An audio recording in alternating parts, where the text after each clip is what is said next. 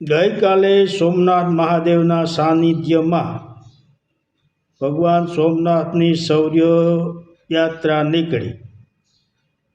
સોમનાથ મહાદેવના સાનિધ્યમાં જવું એક અનન્ય લહાવો છે, એક અનન્ય ભક્તિ છે।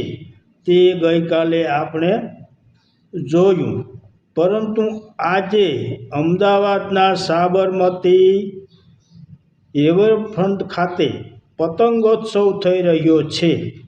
આ પતંગોત્સવ 50 દેશના 135 વ્યક્તિઓએ ભાગ લીધેલો છે। પરંતુ આ પતંગોત્સવ જે ત્યાં રહે છે, જે સાબરમતી રિવરફ્રન્ટ ખાતે જે 26 સોસાયટીઓ આવેલી છે, તેમને ગઈકાલે નોટિસ મળેલી કે તમારા બારી બારણા જ્યાં સુધી પતંગોત્સવ પૂરો ન થાય ત્યાં સુધી બંધ રાખજો। તો પાસે નદી અને પાણી પીવા ન મળે। આ કેવું? આ સોસાયટીવાળાઓએ કંઈ બહાર નીકળવાનું નથી અને બારી બારણા ખોલવા નથી, તો તેમને આ પતંગોત્સવ જોઈ શકાશે નહીં।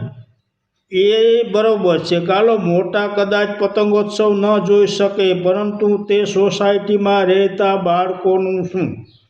આ બાળકોને આખો દિવસ ઘરમાં પૂરાઈ રહેવું પડશે।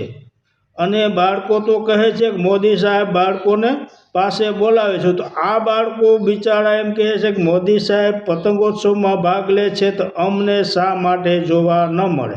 આ બાળકો કદાચ મનમાં એમ વિચારશે અને તેમના માતા પિતાને કહે છે પણ ખરું।